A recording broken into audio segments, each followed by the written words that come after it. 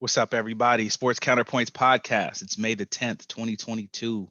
I'm GB, got Brian and Coop on the lines as usual. What's up? What's What's going up? on, fellas? All right. Oh man, back at it as usual. Check us out on YouTube or your favorite podcast platform. If you can't find us, hit me. I'm probably adding it. You feel me? So give us a like, share with your friends. Help brothers get to the point where we can supplant our day jobs and do this full time. So yeah, we podcast today. We're gonna talk about the NBA playoffs, which are in full swing. Dallas is playing Phoenix right now. I think they're at halftime. We'll talk about who we think is the best GM in basketball. I had a question I want to bring to the guys about players aging, and just kind of how what that looks like for us as being, 3 decades in the game in some sports and seeing players age. And then also, I just had a conceptual question we'll throw at the end. So starting with the playoffs, man. What you guys thinking? It's kind of turning out how you guys thought. It's just some of these games are way less competitive than I thought they'd be. Man, I'll start on this one. Well, let's just start be talking about this the game that's on right now, Phoenix and Dallas. Dallas is a looks like they're a little bit of a problem for Phoenix. Phoenix went up 2-0. Looks like they was gonna run away with it. Now it's the series is 2-2. Dallas is hanging tough right now at halftime, down by three. What you think about this series so far, B? Well, it's more interesting than I thought it would be, but I still feel like the results are going to be the same. I just feel like Phoenix is a good team. They've got everybody there, and eventually having multiple good players wins out only having just having Luca. So in the end, I think it ends up that way. So I'll stick with what I've said numerous times before. It is more interesting. I really only thought that Dallas could get one or two games. But this seems poised right now, almost certainly to go seven because Phoenix just cannot get separation from Dallas. I mean, even when they're playing pretty solid basketball, the Dallas team is finding ways to make it complicated for Chris Paul, and that's obviously a big impact. I mean, he's the court general. He's the one that's leading that team, and when he struggles and starts committing turnovers, which he almost never does, that team goes south real quick. What about you, Jason? Yeah, I'm with you. I still think Phoenix pulls it out, but it's going to go seven. Some reason when they go to Dallas, man, Dallas is a different team, and they seem to just feed off that crowd energy. And Dallas, I'm sorry, feeds off that crowd energy when they're at home, and Phoenix just can't seem to match it. So I think it's going seven. Also, Luca is a problem. They can't guard him.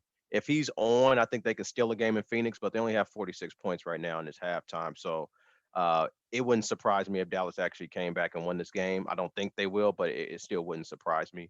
But Dallas ended up being, like you said, it's interesting now, but Dallas ended up being a much harder matchup for Phoenix than I originally anticipated. So they're having real lot of trouble just trying to get separation. Even in the game, they'll be up 7 or 8, then Dallas will come back and make it a 2 or 3 point, one possession game. So in the end, though, I still think Phoenix will pull it out, but I don't know. To me, Brian, it just seems like this Phoenix team is good. Don't get me wrong; they won, I think, 62 games in the regular season. But it Right. seemed like last year's Phoenix team was a little bit better and just had more juice.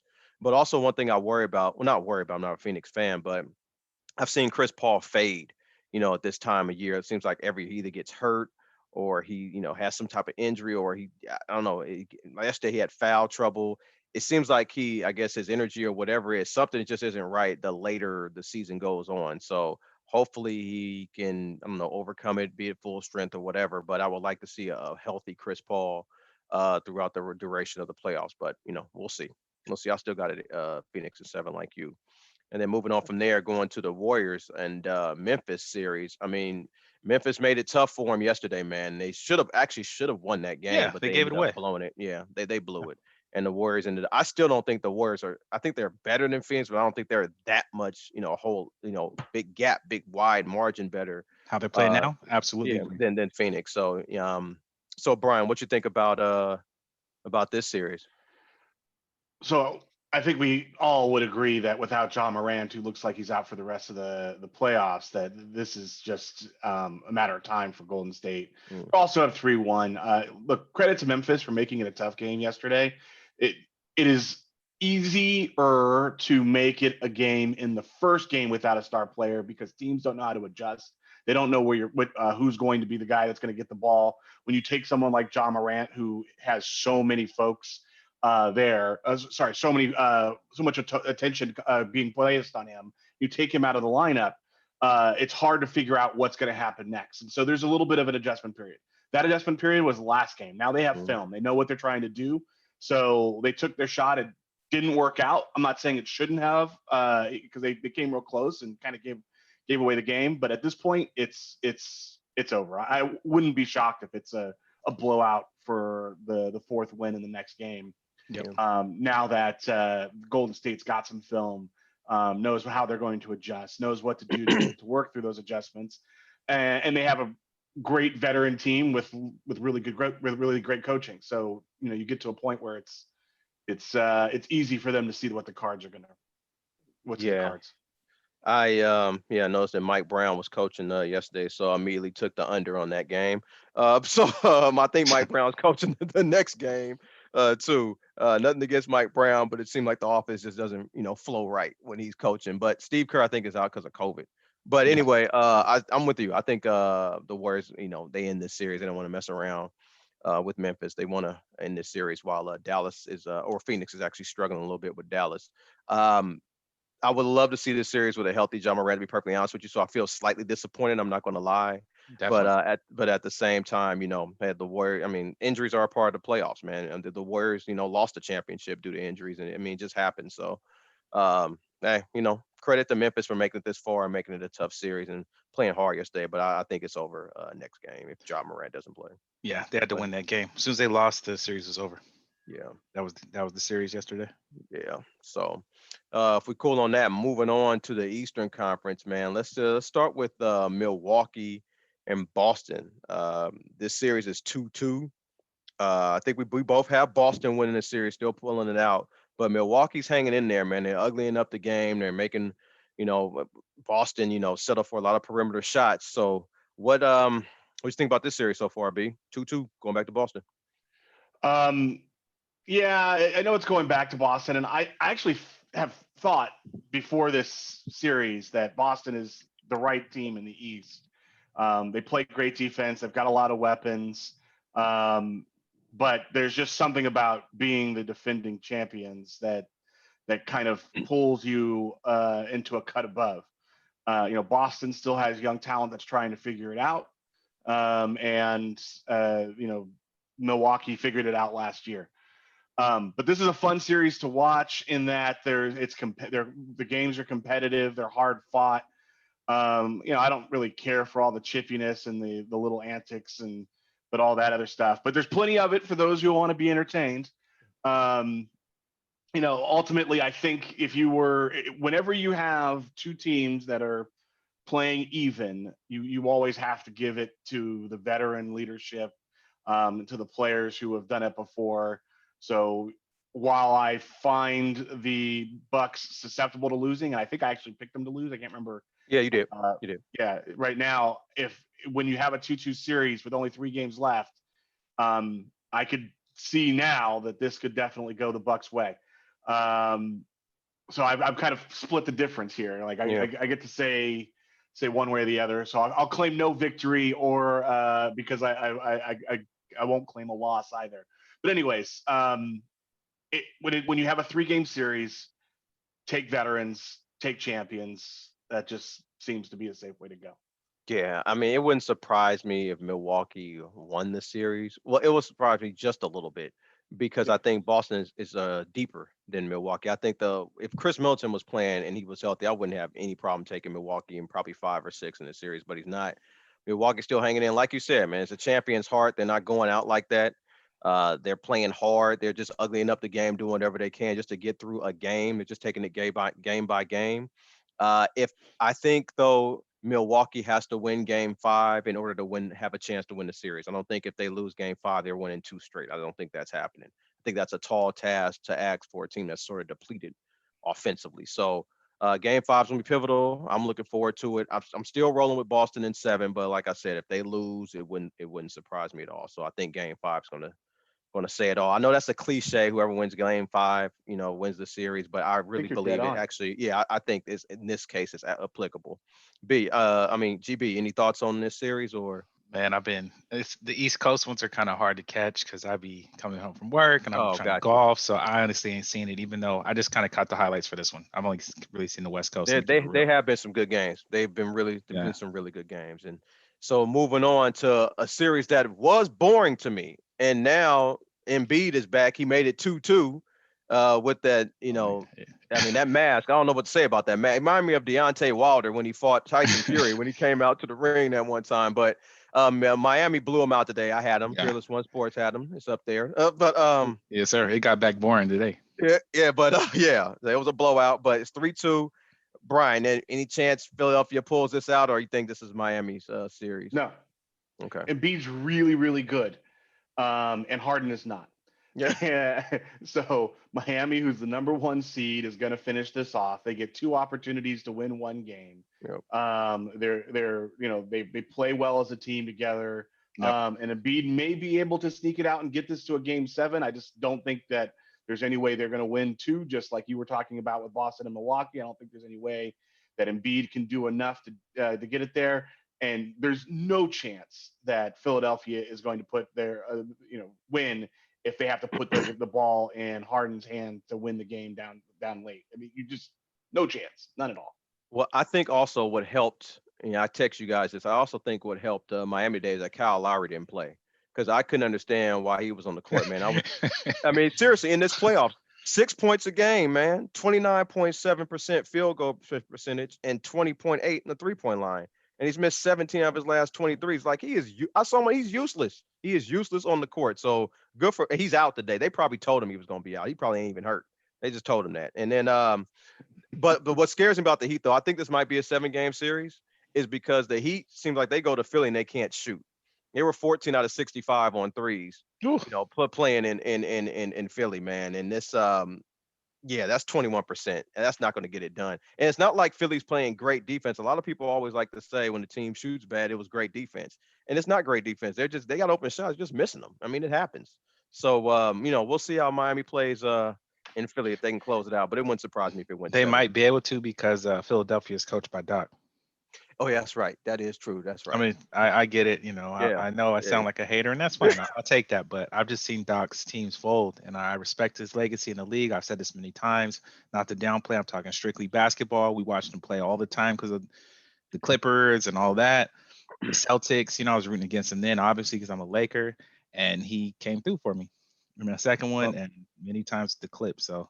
Well, like I've told you and Brian in our text chain, it ain't hating if it's truthful facts. So I mean, that's not hate, man. I mean, it's truthful. You got good and bad facts, man. It's just it's the way it is. Yeah, I was kind of hating. I'll claim that. I'll claim mine. But yeah, that's the NBA playoffs. It's been a good run though. Season's been solid, and the playoffs actually have been too. So there's been some cool, and it's been cool to see. Honestly, Jordan Poole's been the man. It's been cool to see him explode on the scene through this end of the season and the playoffs. Like that's probably my favorite story thus far.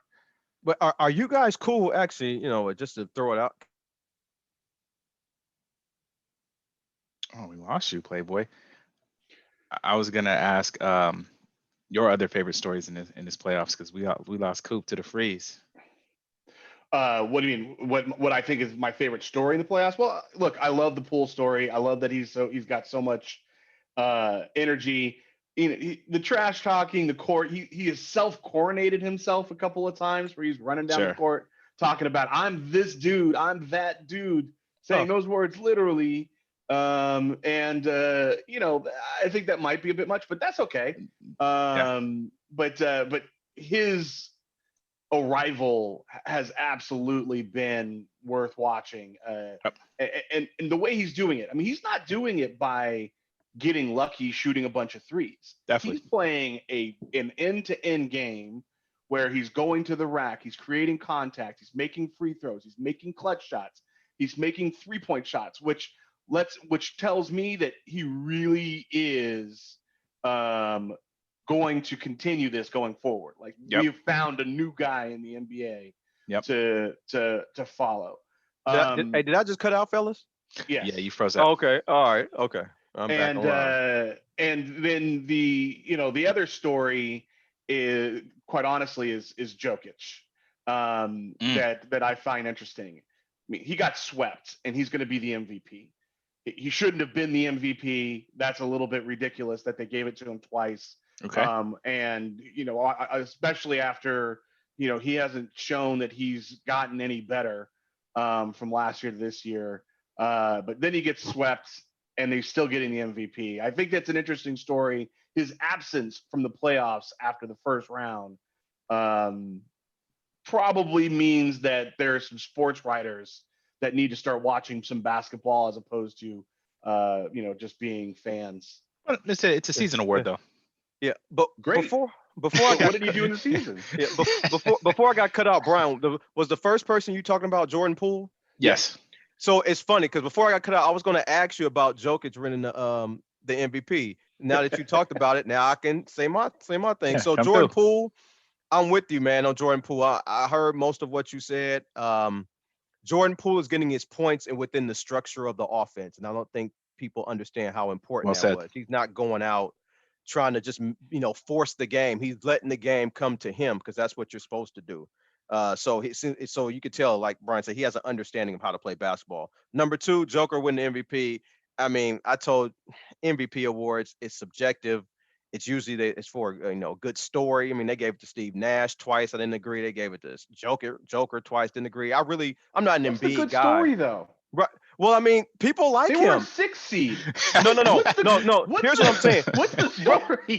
Russell Westbrook was a 6 seed too, and they I knew still y'all was gave gonna it to say him that. too. I mean, it's just like for what? Because he averaged a triple double, and it's like he averaged a triple double the year after that and the year after that. Why didn't you give it to him those other 2 years? It If just it's all lets about me the triple know that double. these sports reporters are not watching basketball. Yes, of course. I'm with that. I would. I'm not an Embiid guy, but I would have gave it to him over Joker any day. Agreed. Any day. This season, I mean, Joker. He didn't actually get swept, Brian, this season. He actually won a game, so he's lost 7 out of 8, and not 8 out of 8. But at the same time, still, a guy is out of the first round, and you give him the MVP. I mean, I'm with you on that one. Because Glenn's point was that it's a regular season award. That's True. fine. Yeah. He was a 6 seed. Mm-hmm. Right. Like, right. If he had powered his team to a 2 seed, Yeah. or a 1 seed, I mean, Golden State Warriors went through every injury and you could think of, lost Steph at the end of the season, Yeah. For the second half of the season, and still got a 3 seed. Yeah. So yeah. How Jokic is the story, I don't know. That's fair. Yeah. What about this is a random one. What about off court? So like you got Ja's dad, you got Ja and Cat's dads were kicking it. Ja's dad sitting with Usher. He's hasn't been overly flamboyant. He's just enjoying his time on the sidelines. Yeah. You saw the joint with Chris Paul. I thought that was trash. They shouldn't ever. Don't touch nobody's family. Don't touch nobody first and foremost. Right. And other fans should have been on him anyway. But they apparently some fans had. I don't know if they. I don't know what it was a push or whatever. I didn't see the footage, but he touched. Either way, don't touch my parents. Don't touch my family. Yeah. Just don't. So I don't know what he said, if they were arguing or whatever, and somehow he got his hands on her. Chris Paul was hot. I actually kind of think that affected the gameplay. I'm not gonna lie to you. Yeah, every player doesn't play better angry. Yeah. And especially if you deal with somebody's mom, which I get it. Like I'm not gonna. Right. It's gonna be harder for me to focus on some BS like basketball in that situation. So I think that's been interesting. I'm trying to think of anything else that's happened. It's been a fun little playoff run. A little craziness happening. Oh, looks like Phoenix is up 11 now. 8 minutes to go. Yeah. I'll jump in on what you were talking on the other stuff that's going on. I'm not a John Morant fan. We've made that part clear. I'm not a fan of his dad and the antics. I don't think he's been too horrible through most of the playoffs. Yeah, he's been chilling. He's just seen.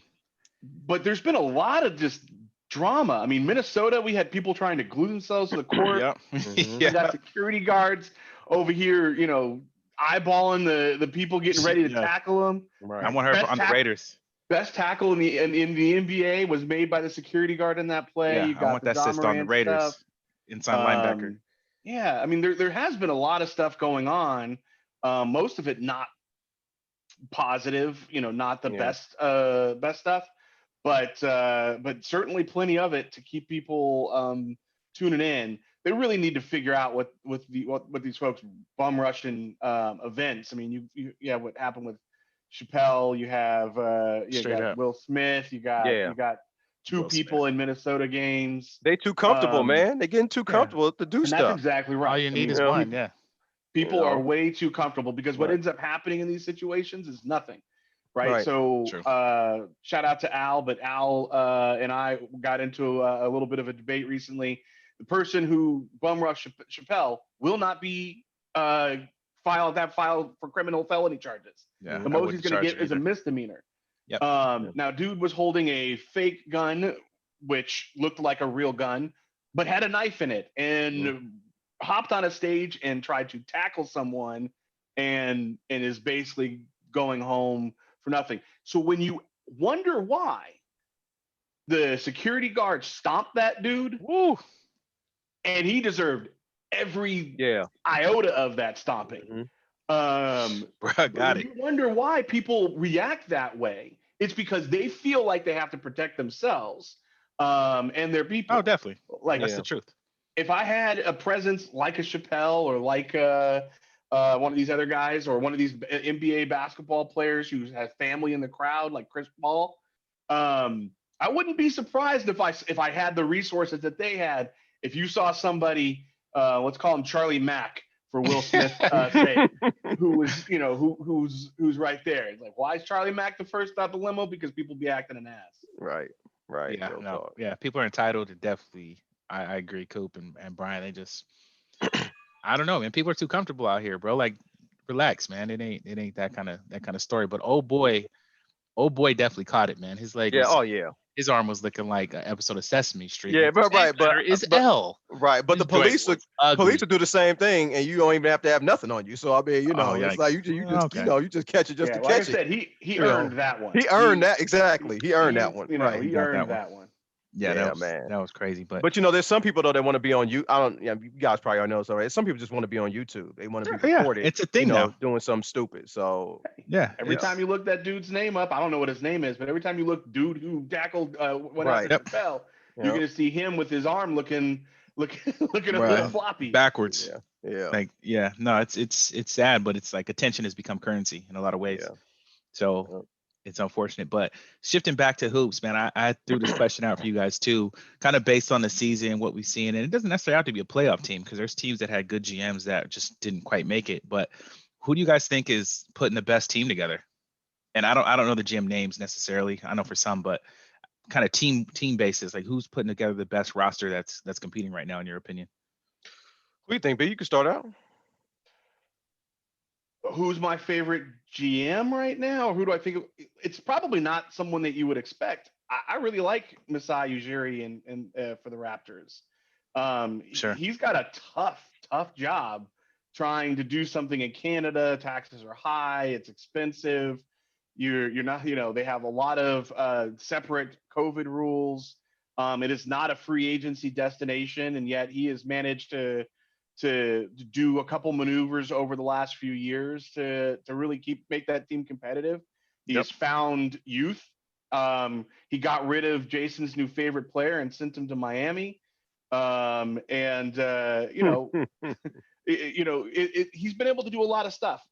That's not because I'm not saying he's my favorite GM or I like what he's doing because they're winning, because obviously that's not really where they're at right now. Still got to the playoffs though, even after losing Kawhi and all their stars. Exactly right. I mean, that he has done a very good job in a very tough situation, and there's been a lot of respect earned by how he's handled it. And there's other guys too, but I'll start with that. Yeah, it's a solid answer. Yeah. Okay. Yeah, that's a good answer. I'm gonna go with Milwaukee GM, whoever he is. I don't know the name. Damn. And this is the reason why. Not because they won a championship, but I think Giannis is a unique player to build around. I think there are just some players that are harder to build around than others. John Horst is his name. John Horst. Okay, John Horst.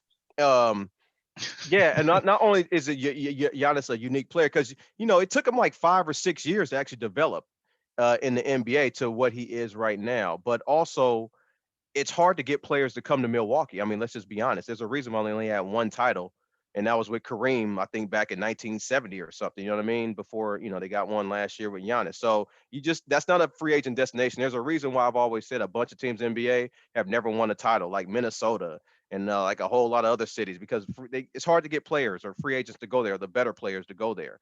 But he's done a decent job building a solid team full of veterans in Milwaukee. And also, they don't have Chris Middleton, but they're still hanging tough with the Boston Celtics. I mean, that's you got to give him a little bit of credit for for what he's put together there in Milwaukee. I'm not saying they're a dynasty; they're going to run the league 5-6 years, but to be competitive this long at this high level in Milwaukee is a definite accomplishment. So I would say he's definitely a very good GM. Solid. Yeah. No, I would say, and I should know because it's the Warriors. I only know the Bob owners. Myers. Bob Myers. Because I was about to say, it's funny that neither of us picked Bob Myers. That's what I was going to go with, because they drafted Steph, they drafted Clay, they drafted Draymond, who've all been integral parts of the team. They Jordan Poole. They had like a lot of these players throughout the years. Even and I don't know how long Bob Myers has been in there, but they've made really good, solid moves and picked players that fit well in their system and culture, and is blended. Like Wiggins too. I thought, like, what are y'all doing? But that has actually worked out to some degree. So I thought them, and then I thought the Bulls too, because of what they've done the last couple of years. The team that they built recently, even though they didn't go as far as some think they probably could have, I actually like the team they put together. Getting Caruso from us, getting Ball, who's actually played well for them, DeRozan. It's a cool core of players. I don't know if they have everything it's going to take to get over Levine, but I like kind of how they put that team together, and they're fun to watch. So it'll determine if they can win, but those be kind of definitely the Warriors first, and then the Bulls are an honorable mention just because I like that team. Go ahead, B. I was gonna throw a name out there to you. Go ahead. I was gonna say, well, with Bob Myers, it's actually kind of an interesting story. So he's been the GM there since was it 2012, but he got there in 2011. He got there. I can't remember the guy's name that he was the GM, but he was brought in to be an understudy, an assistant GM for 3 years, and that person was going to fade off into the sunset. And for whatever reason, after 1 year, they made him the GM, and he's done an outstanding job. He's helped find talent. He also got to work with the best ever in Jerry West. Jerry, yeah, who was up there and showed him how to talent evaluate, and who famously, when it relates to the Warriors, said that he would quit if they ever traded Klay Thompson to Oklahoma for Minnesota for Kevin Love, Minnesota. Well, okay, there was another trade that he wanted to do with Oklahoma. Oh, okay. Yes. Yep. But anyways, so yeah, Bob Myers is absolutely worthy of consideration. I was going to joke that how do we not pick him when we're sitting there talking about how Jordan Poole came from nowhere and looks to be like a future legitimate NBA star. Yeah, definitely. Who are you going to say, Coop? No, I was going to ask both of you guys. I mean, I'm not saying you have an answer, but who do you think is just a bad GM? Because Sacramento Kings. Okay, yeah, that's good. But wait a minute, it used to be the new dude. Are you blaming the new dude for what's going on right now? Because you got to remember, it was Vlade. No. I've lived in Sacramento most of my life, and I've seen every GM, and they've never been good. I'll give you the 2000 team the Kings got there. Weber was crying on the plane, didn't want to come there. That team just gelled, and they played well together. Beyond that, anytime they had a good player, they've been like the A's. Trade him off as soon as he started to ball out, and that's what they've done consistently. So I got to go with the Kings. They should have been in the playoffs. They just don't. They took Marvin Bagley, man. Respect to the guy, man. Shots out. They could have had everyone else in that draft. Became a star. Yeah, I picked Detroit, and the reason why I picked Detroit Pistons GM because I don't know anybody that plays on their team. Yeah, I just don't know, and I haven't known anybody play on their team probably since Rodney Stuckey was there. I mean, it's been a minute. You know what I'm saying? Damn. I think they lose. Brian, I'm not looking at any stats. I think they have to lose at least 50 games a year. You know what I'm saying? For the past 5 seasons. They don't make the playoffs. Nobody's ever interested in seeing them play. Don't they got Tayshaun Prince? Chauncey Billups still there too? So the only thing I'll say about both the guys that you just picked is that they've only had 1.5 seasons in their jobs. I was honestly I'll give you that, What's B. the other guy's name? It's Bob. I was going. I'm sorry, no. I was go ahead. given the team history is where they get played. Yeah, right? well, Yeah. Detroit, it's been bad for a few years, B. I Yeah. don't. No, I So get whoever it, the but previous when guy, he he's out. just got there, this guy, his name's Troy Weaver. I just looked him up. And see, what's funny is I don't even know they had a new Fair, GM. You know what I'm saying? So Right. I I didn't even agree. know that. But That's fair, I B. don't want to like GMs. We shouldn't necessarily know who they are. Yeah, true. We know Majiri because it was a big hire. And to they get won a him up championship. there. Mhm. But none of us knew Bob Myers off the top of our head. Like Once you said it, I did. But yeah, yeah, you had to say it though. But yeah. But anyways, but Troy Weaver. Hey, Sound like a reliever for the Dodgers, but go ahead. yeah. No, I'll give you that, B. and- That's fair. I'm just thinking that I'm giving the history, right? So they're getting, unfortunately, Draymond. Shout out to Draymond, the Draymond treatment, right? Like where the history is getting you bad calls, right? Like you may or may not did it, but you're not getting the benefit of the doubt. Right. Sack Kings have been being stupid for many, many years. Whoever the GM was. Yeah. Well, then there's also the Clippers. Yeah. Oh, and, well, yeah. and the Lakers recently. I can't even front. We're in there too right Fair. now.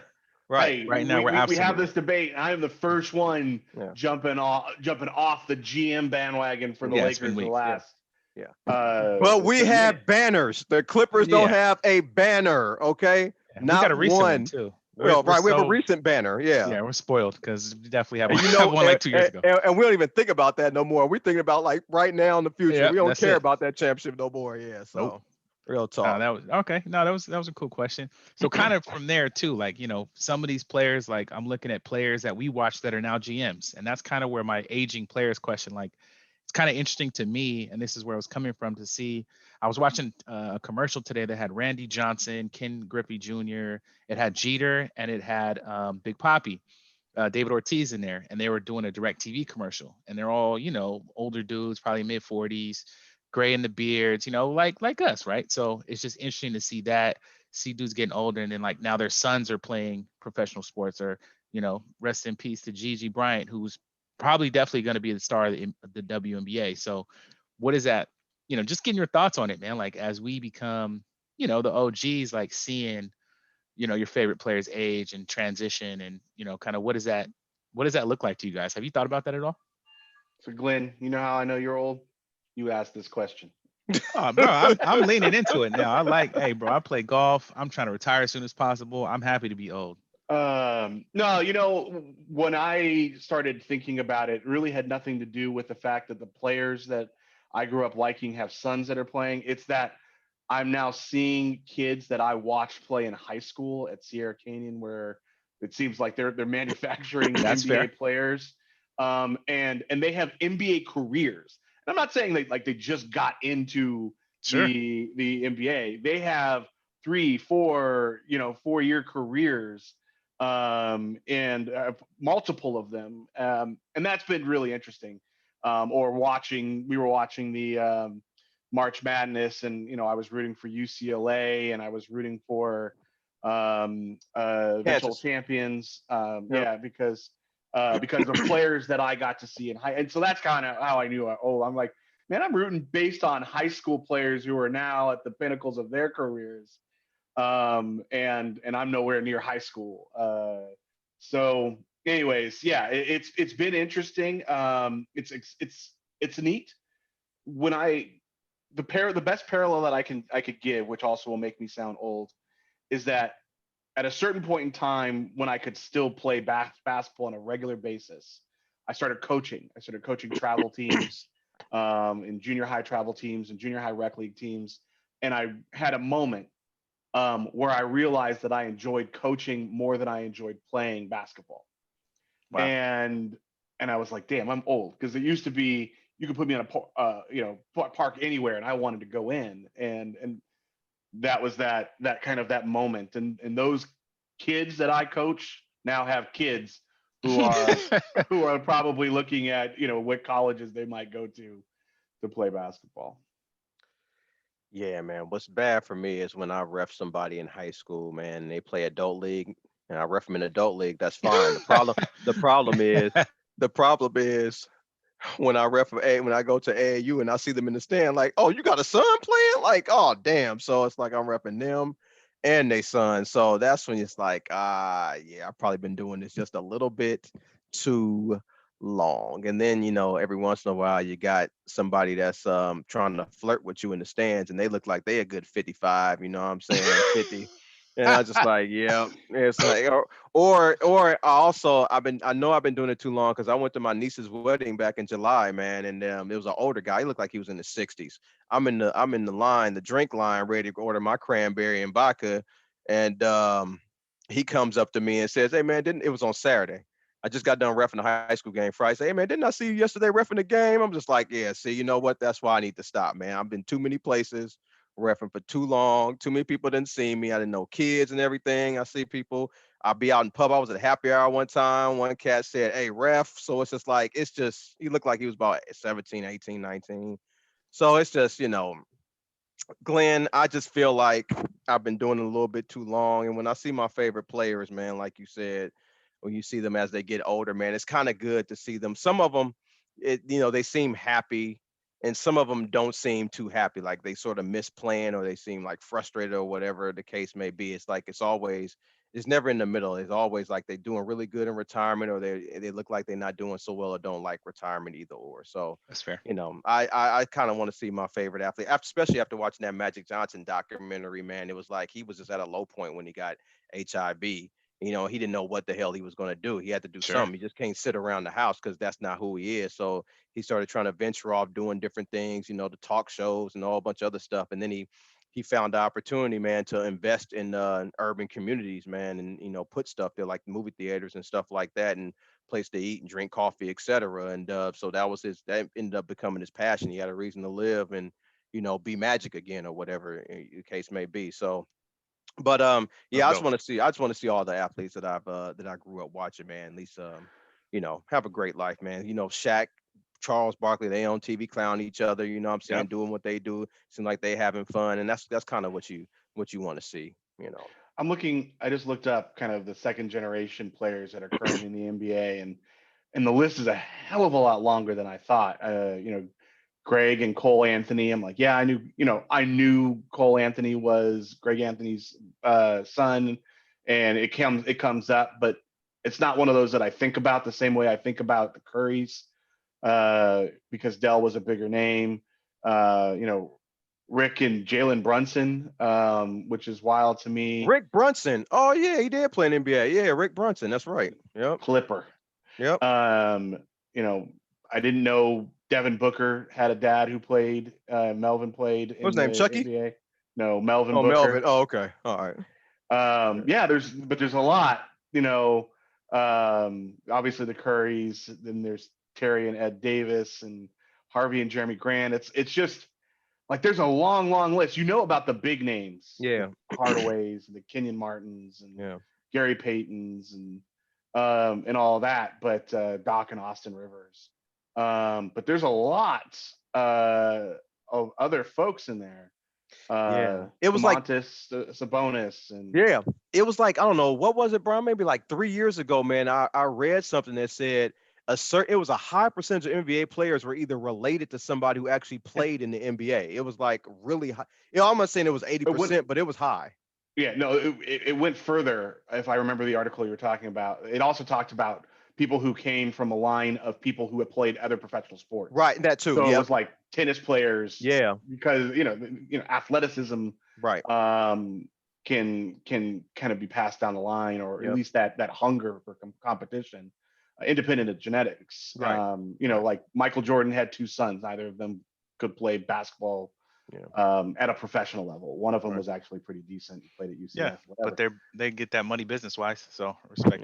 Yeah. But yeah, so it's not a given that because your dad was an NBA player that you can do it, but it's that competitive nature, right? I don't know what they were drinking and what kind of Kool-Aid they were drinking in the Curry household. Yeah. But it worked because Yeah, both the right. sons can play. Yeah. And I also think the access, right? Like you have literally access to, he was sitting next to Ray Allen. So if you wanted to ask, like, hey, I don't shoot, you talk to Ray Allen Yeah. on the bench. You Yeah. have access to the best of the best. And shooting in NBA gym since you're 6 years old Yeah. has meant something. So I think it's been interesting. It's cool to see, my favorite players get fat too, and get a little older and kind of age like the rest of us to a degree, gray out. And I think of like, Lisa Leslie, who's on TV, and, Sue Bird, and who's still hooping. And then Reggie Miller, Reggie Miller seems like he's still 170 pounds. So yeah, like people And that are still- commentating and coaching, and Becky Harmon, and all these athletes all over, who are Tom Brady's going to join these ranks in a year or two, and he's just signed a For deal a lot with of money with Fox, which is crazy, more than he made he's going to make more doing that than he made in the NFL. $75 million To call games, to talk about sports. Crazy. Yeah, it'll be really interesting because there's already kids that are little kids. Like, I think we all expect to see little Chris in the NBA at some point in time. We watch all of his commercials and sidelines and all the stuff. And that's a little further down the line. Of course, there's also people like Bronny and all that kind of stuff, but there's more. Tiger's son. Identify him. We're not even talking about golf. Like Charlie. Charlie's got to be on the tour. Like, dude is nice, and he's 12. Yeah. And he's got the swag to go with it. Yeah, he's gonna be a problem. You know what I mean? So it's been cool to see. He's got the swag. But also unfortunate because we all get older and bodies break down, and you get to kind of like I've followed people's whole careers literally from like high school to the pros to retirement. Rest in peace, Kobe, because he was doing that too. And we've seen players pass. Unfortunately, we've seen bankruptcy to rich again to like just so many levels. So it's but we also seen careers, especially us being NBA fans, man. We've seen careers, man, at the tail end didn't go so well. I mean, I remember Olajuwon in Toronto. I remember Patrick Ewing with Orlando and with the Seattle Supersonics. I mean, it just, we don't think about that when we think about how great they were. We just think about when they were with that one team. Nobody ever mentions Michael Jordan with the Wizards. People act like that didn't. But that's exactly. Exist. But that's why I always tell people, because people are like, oh, they're going to remember. They're tarnishing their legacy by playing. Hell, no, they're not. Right. No one remembers that. Yeah. No one remembers who got second place. No 100%. One remembers how you win a championship. Yeah. All these people who were like, oh, I saw an actual article talking about this recently, and they wanted to call the Lakers championship illegitimate because all the players are now talking about how much weed was being smoked in the bubble because they didn't test while they were in the bubble. And a couple players have gone on podcasts and whatnot. We're like, oh yeah, it was everywhere. It was everywhere. And they're like, oh, the Lakers won the championship because everyone else was high. It was like, literally nobody will remember any of that stuff. These are blips. How you do these things, people remember the highlight reels. And that's it. Period. Yeah. It's like Toronto. Durant hurt, Clay hurt. Nobody cares. They just know Kawhi got a championship in Toronto. Kawhi got a championship. Yeah, that's why I was saying when Durant was so hell bent on leaving. I mean, I understand why I'm not saying I would have did it.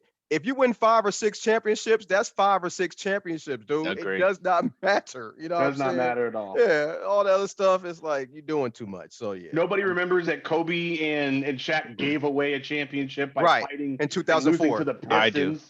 I do. And losing. Well, we do. To the Pistons. Yeah, I do. What they do remember is Shaq and Kobe won a few, a few championships, and so on and so forth. I know where I was when the games happened. I remember all of it. Rats. But I know what you're saying. I just remember because that's one of those teams, that Detroit Pistons team. Whenever someone tells me that bad teams can't win championships, I'm not saying they're bad. They weren't bad. They had no business. I think there were, what is it? Was it 8 teams in the West at the time? I can't remember. It was 8 or 6 at the time. But they would have lost to almost every other team. Almost every other team that was in the West. Yeah. The East was historically bad at that point in time. Yeah. They got through playing great teamwork, and then got a team that just imploded. Yeah, and right. The Lakers' problems were self-inflicted. Detroit was not better, and they both. Everybody knows that. But here's another thing about that: when Malone becomes your peacemaker and the catalyst for your success, he gets hurt. Right. That's why the part of the reason why you lose is and plus probably too much Rogaine on his end. But but that team though elevated Detroit and elevated Joe Dumars as GM, and they never should have been elevated. Joe Dumars was not a good GM at all, but he got that one championship, so everybody gave him sort of that grace period. And then once they found out how bad he was, he never built the team up again or whatever. they got rid of him. Because remember, he drafted the guy that came in between LeBron and I think Carmelo. Darko Yeah, Milicic. Darko. Exactly. Yep. So If he they'd didn't know added what he was Melo doing. to that team, oh Right. man, crazy. So he wasn't a good GM, but they won that title, like Brian said. That's All true. those players got elevated, and they know Tayshaun Prince supposed to be all this and all that. He wasn't all this and all that, man. He's a decent NBA player. He's not a Kobe stopper. Nobody's a Kobe stopper. You can't stop the great offensive players, man. Here's that team. I just have to go through it. Wait, hold on. Let me see if I can name the starting five.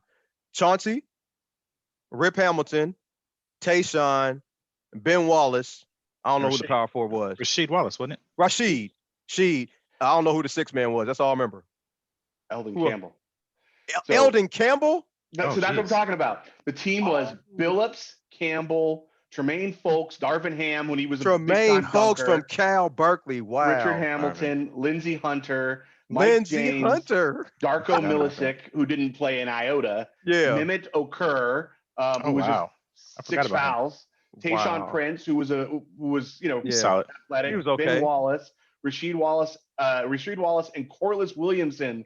From Sacramento. Yeah. Corliss Arizona. Williamson. Arkansas. He went to Arkansas, but he went to Sacramento. He played for Sacramento. Oh, that's Candace Park. No, that wasn't Candace. That was Sheldon Williams. My bad. That's Sheldon Williams, yeah. Wow. But anyways, that team was not good.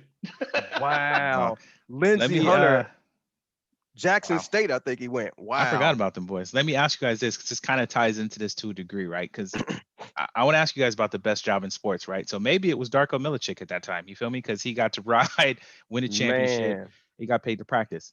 But I wanted to get your guys' take. It could be any job in sports, right? Like I think, what's the best job in sports, right? I'll tell you what the best NFL job quarterback, you could be GM, you could be a commentator. Like, what would you do? What's the best job in sports?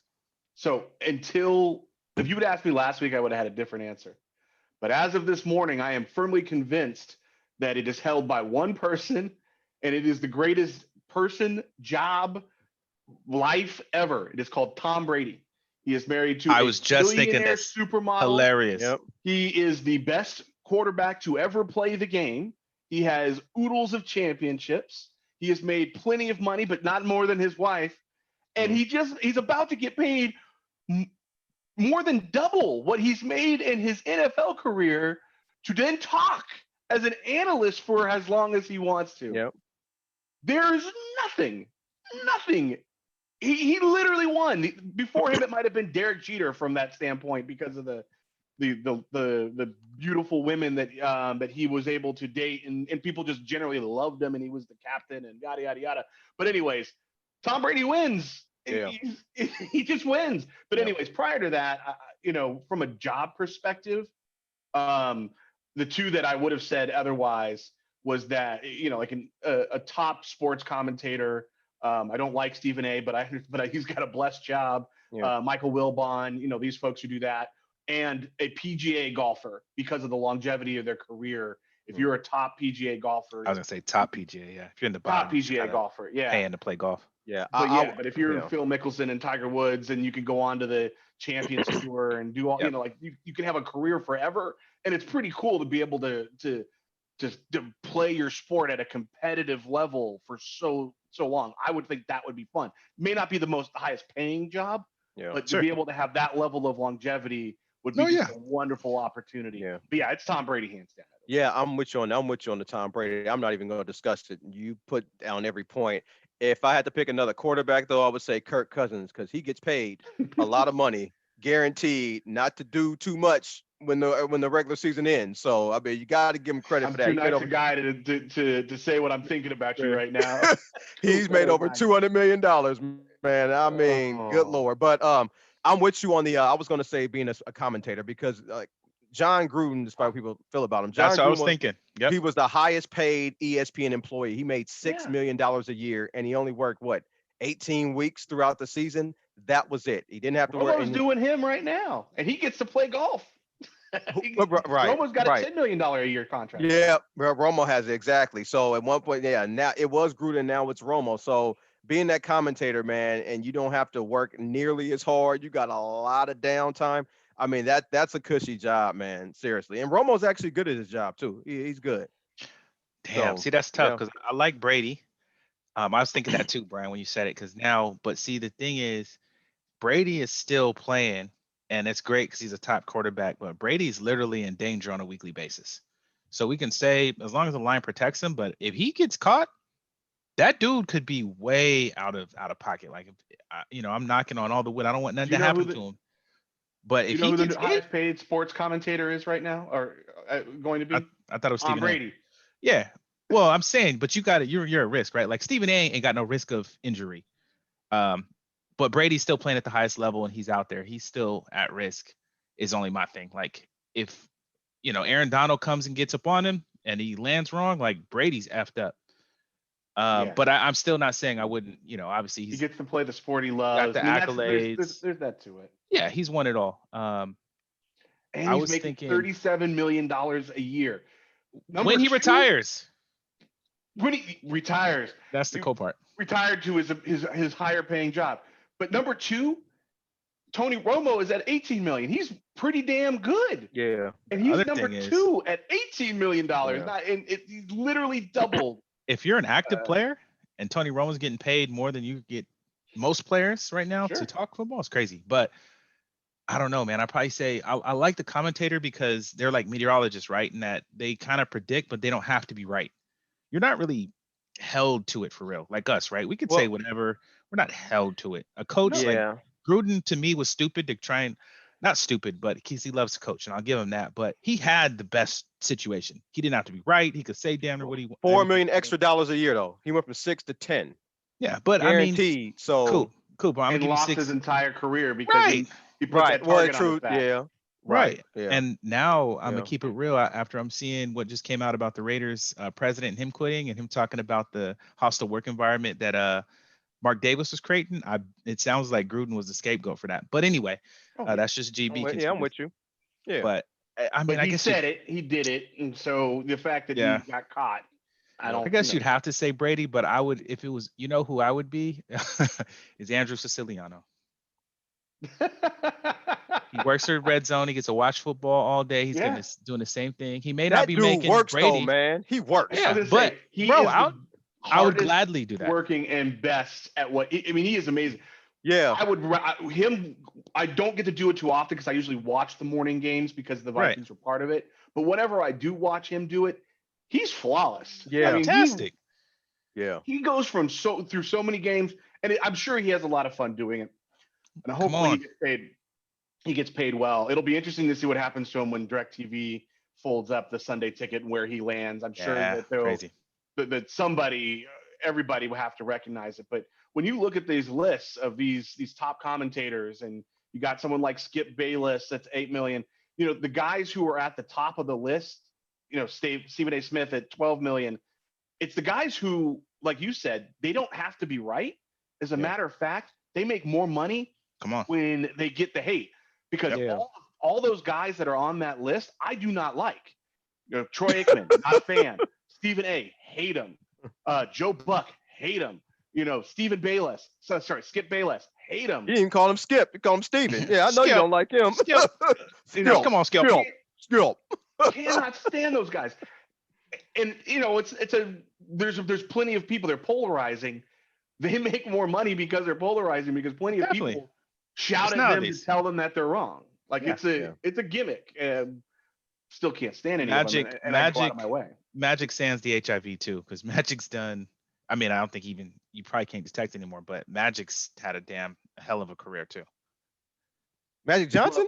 Yeah, as Oh, far as hell best, yeah. best job, like right now, I know Oh. you're just rich. You're going to different games. Your ownership on this. Yeah. Straight So bent. He's Well, got according to the Tom's documentary, got man. got a Giselle on his arm too. So after all of it's said and done, he's got a billionaire. Yeah. yeah, Like, definitely. Yeah. I mean, but when you 60-some years old, man, you Magic Johnson, that's a pretty good life for somebody that's a senior citizen, man. Seriously. Man, I hope to make I it. mean, I don't know if I'll be billionaire status, but I'll have some bread on me. But yeah. Well, cool. Now this was a good discussion, man. I kind of wanted to throw out some other topics that are kind of conceptual in nature, just to kind of get more opinion to it and kind of get y'all's thoughts and get to talk to my family. You know what I mean? Talk a little ish, if you will. So I appreciate y'all indulging me on that, man. I'm gonna try and come up with some more kind of random questions like this. But Oh, yeah, cool. if you ain't got nothing else, man, that's the end of the show. We're at our last segment, the minute to win it. Um, Brian, you've been kind of on fire with these, so I don't know if yours this I'll week go warrants last. you Yeah, ending. Yeah, yeah, yeah. Brian, you go last. yeah. Because Brian You been do on, it. well, I ain't even got nothing, man. I'm just gonna say Nah, to the fans, don't be touching people's families, man. Don't be touching nobody. Chill out if you on the bench. Don't be trying to run on the court. I could turn to Suge Knight, man. If you want to sit in the stands, not be running on the court, dancing all on the field, man, go somewhere else, bro. Like, chill out. Don't be touching right. people's family. Don't be like, it's a game. Relax. Stop being entitled and thinking you have access to be jumping on courts and doing all that. Chill out, man. Everybody. So that's all I got. I'm with you on that. Leave these athletes alone, man. They just regular people too, man. They just got millions more money. But my thing is that I'm a college football fan, man. I got to give a shout out to LSU and people who I know on here who are LSU fans, or not here, but people who listen who are LSU fans.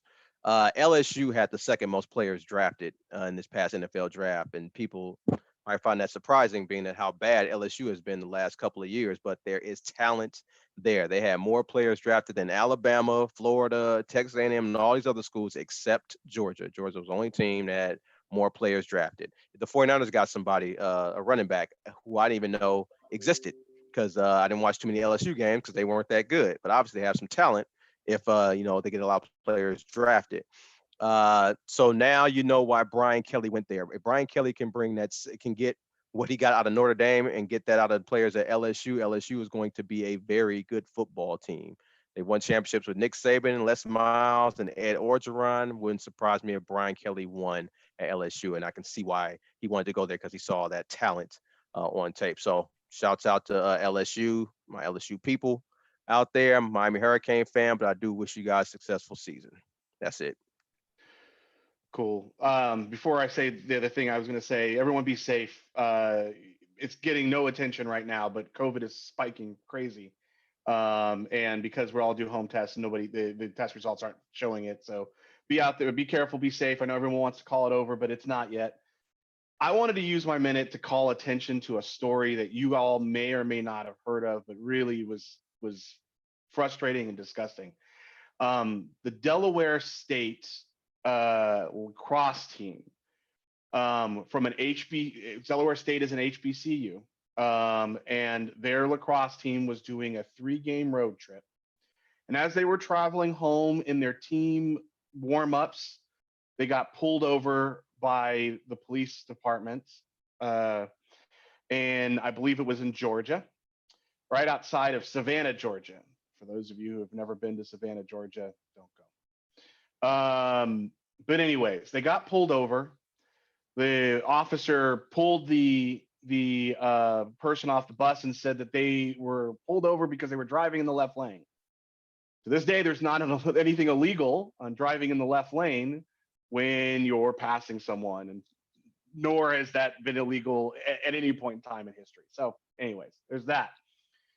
Once the officer saw that the team was filled with black players and their black coaches, after telling the driver before seeing this, he said, "Oh, we're just going to have you out of here in 5 minutes. I just want to, talk to you for a minute, make sure you're aware." And run. He hops on the bus, sees the black people, brings over 3 drug sniffing dogs.